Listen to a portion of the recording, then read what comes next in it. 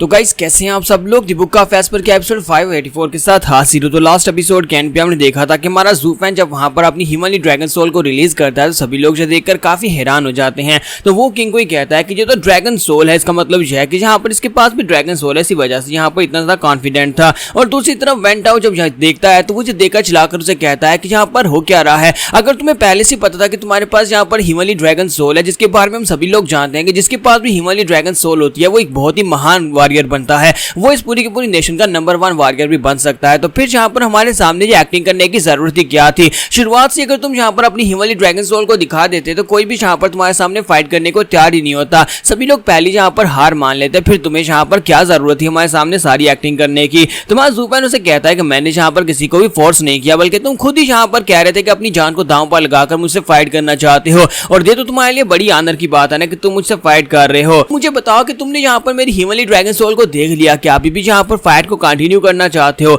या फिर तुम यहाँ पर से सरेंडर करना चाहोगे। तो ये बात सुनने के बाद वेंटाओ से कहता है कि तुम्हें किसने कह दिया कि हम लोग यहाँ पर सरेंडर करेंगे। हम सरेंडर बिल्कुल भी नहीं कर सकते। हम सभी लोगों ने यहाँ पर अपनी अपनी सोल को कंबाइन करके इस बड़ी स्वॉर्ड को बनाया है। हमारा अटैक जो है ये कंबाइन अटैक है और हम सभी लोग अपनी एफर्ट्स को इस तरह से जाया तो नहीं होने दे सकते। और इसी के साथ ही वहां पर अपनी स्वॉर्ड को फिर से एक्टिवेट करते हैं ताकि वहां पर ड्रैगन की क्लास से उसे आजाद करवा सकें। हमारा जू फैन कहता है क्या तुम वाकई में श्योर हो, क्योंकि अगर मैंने यहाँ पर ड्रैगन क्ला को यूज किया तो फिर तुम्हारी ये स्वॉर्ड जो है ये टूटना शुरू हो जाएगी। और अगर तुम्हारी स्वॉर्ड यहाँ पर टूटेगी तो फिर तुम सभी की सोल्स डैमेज हो जाएंगी। सोचकर देखो क्या तुम वाकई में यहाँ पर अपनी जान को दांव पर लगाने को तैयार हो सिर्फ और सिर्फ इस फाइट को जीतने के लिए। मैं बड़ी आसानी के साथ तुम्हारी इस पूरी की पूरी स्वॉर्ड को शैटर कर सकता हूँ, जिससे तुम सभी लोगों की सोल्स शैटर हो जाएंगी। एक बार फिर से सोच लो और यहाँ पर हार मान लो। तो वेंटाओ से कहता है कि नहीं, मैं ऐसा बिल्कुल भी नहीं चाहता और ना ही मेरे सेक्टर के लोग यहाँ पर ऐसा चाहते हैं। क्या तुम्हें पता है कि हम सभी लोग यहाँ पर किस मकसद से फाइट करने के लिए आए थे? हम लोग अपने सेक्टर की रिस्पेक्ट के लिए यहाँ पर फाइट करने के लिए आए हैं। हम सभी लोग यहाँ पर स्वॉर्ड डाओ को मानते हैं, यानी कि हम सभी लोग स्वॉर्ड गार्ड सेक्टर से, तो हम सभी लोगों की सोल्स भी स्वर्ड्स हैं और स्वर्ड्स जो होती हैं वो हमेशा यहाँ पर फाइट करती है, चाहे ओपोनेंट की तलवार कितनी पावरफुल क्यों ना हो, वो उसके साथ जरूर टकराती हैं। अगर हम लोग यहाँ पर इस जगह के ऊपर आकर हार मान लेते हैं तो हम लोग कभी भी यहाँ पर टॉप प्लेस के ऊपर नहीं पहुंच पाएंगे और कभी भी यहाँ पर से आगे नहीं बढ़ पाएंगे। ये बड़ी शर्मिंदगी की बात होगी कि हम सभी लोग यहाँ पर से हार मानकर वापस चले जाएं।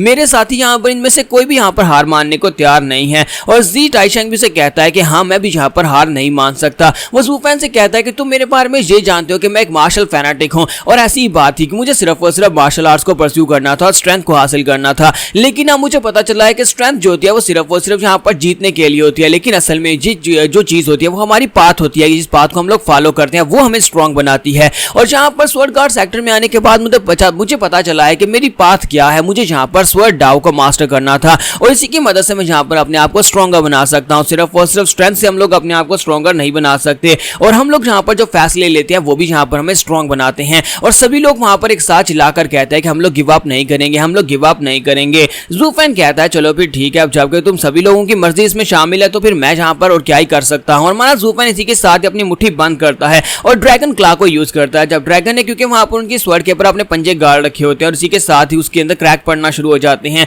और वहां पर कुछ लड़कों के मुंह से ब्लड निकलता है। फिर साथ ही हमारा जू फैन वहां पर अपने रैथ स्टाइल को यूज करने लगा है। तो जू फैन वहां पर रैथ स्टाइल के थर्ड मूव को यूज करता है, नेक्रो ड्रैगन सक्रीज को। जैसे वहां पर नेक्रो ड्रैगन सक्रीज को यूज करता है तो वो स्वॉर्ड जो होती है टुकड़े टुकड़े हो जाती है और उस स्वॉर्ड के टुकड़े टुकड़े होने के साथ ही सभी की सोल वहां पर शैटर होती है, सभी की सोल वहां पर बुरी तरह से डैमेज होती है, जिसकी वजह से वो सभी के सभी 10 कल्टीवेटर्स जो होते हैं एक ही साथ वहां पर ग्राउंड के ऊपर गिर जाते हैं और वहीं पर उनका खेल खत्म हो जाता है, यानी कि वो हार गए लेकिन मरे नहीं हैं। तो यहाँ पर से अब जिस सेक्टर के साथ आके हमारे जू फैन की फाइट होने वाली है वो डीमन पर्जिंग सेक्टर के लोग हैं। और जहाँ पर डीमन पर्जिंग सेक्टर का जो यंग मास्टर होता है वो कहता है देखो तो जरा, डिमोनिक कल्टीवेटर्स हमेशा डिमोनिक कल्टीवेटर्स ही होते हैं, हमेशा बुरे ही होते हैं। जैसा कि इसने यहाँ पर ये सब कुछ किया है, स्वॉर्ड गार्ड सेक्टर के लोगों के ऊपर उसने एक एहसान कर दिया कि उसने यहाँ पर उनको जान से नहीं मारा ताकि वो उनके साथ आइंदा भी फ्यूचर में बिजनेस कर सके। मैंने कितनी बार यहाँ पर इस बात को क्लियर करने की कोशिश की कि यहाँ पर राइटियस सेक्टर के लोगों को डिमोनिक कल्टीवेटर्स के साथ बिल्कुल भी नहीं ताल्लुक रखना चाहिए। ये लड़का जू फैन यहाँ पर बाकी सभी लोगों को बेवकूफ बना सकता है अपने डिमोनिक और वर्चुअस कामों के साथ, लेकिन वो कभी भी मुझे यहाँ पर बेवकूफ नहीं बना सकता। उसे क्या लगता है कि वो मेरी आंखों को धोखा दे सकता है।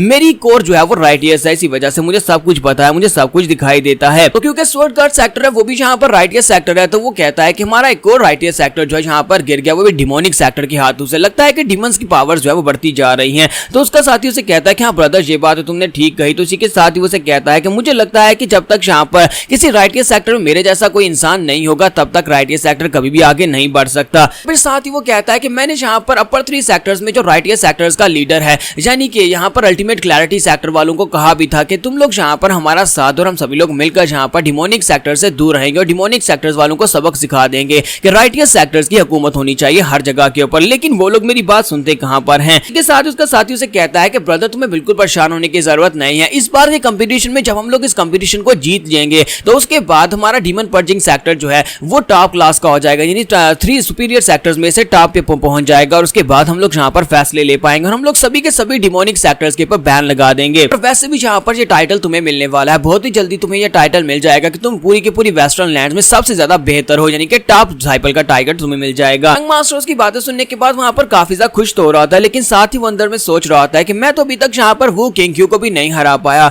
और ना ही यहाँ पर जानमो को हरा सकता हूँ। तो फिर ऊपर से यहाँ पर एक और मॉन्स्टर आ गया है। इस मॉन्स्टर ज़ूफेन को हराना मेरे लिए और भी ज्यादा मुश्किल है। ऊपर से ये वाला मॉन्स्टर जय ऊपर से है भी डिमोनिक कल्टीवेटर। डिमोनिक कल्टीवेटर जो होते हैं ये हमेशा ही राइटियस के खिलाफ होते हैं। दूसरी तरफ हमारा जानमो होता है। जानमो कहता है कि ये क्या इस लड़के ने यहाँ पर इन सभी को मारा क्यों नहीं, वो इन सभी को आसानी से मार सकता था। जबकि वो किंग भी उसे कहता है कि मुझे लगता है कि उसने यहाँ पर अपने फ्यूचर बिजनेस के लिए उनको छोड़ दिया है। तो जानमो से कहता है कि इस बात का क्या मतलब है। तो वो किंग उसे कहता है क्योंकि फ्यूचर में यहाँ पर उनके साथ बिजनेस करना पड़ सकता है, क्योंकि वो लोग अभी अभी यहाँ पर लोअर 3 सेक्टर्स में से उठकर अपर 3 सेक्टर्स में आने की कोशिश कर रहे हैं। क्योंकि अभी फिलहाल के लिए वो मिडिल 3 सेक्टर्स में पहुंचे हैं, तो उन्हें यहाँ पर राइज करने के लिए किसी न किसी सेक्टर के सहारे की जरूरत पड़ेगी। इसी वजह से लोगों ने यहाँ पर स्वॉर्ड गार्ड सेक्टर के लोगों को जान से नहीं मारा ताकि यहाँ पर उनको यूज किया जा सके या फिर उनकी मदद ली जा सके अपने आप को राइज करवाने के लिए। तो जानमो से कहता है लेकिन मुझे एक बात की समझ नहीं आती कि अगर ये एक डिमोनिक कल्टीवेटर है तो इसकी कोर डिमोनिक होनी चाहिए। अगर ये यहाँ पर किसी को मारने वाला है तो उसको मार देना चाहिए। यहाँ पर बीच में अपनी टून्स को चेंज करने का क्या मतलब है। बीच बीच में यहाँ पर इसने यहाँ पर फैसला किया कि इनको जिंदा छोड़ देते हैं।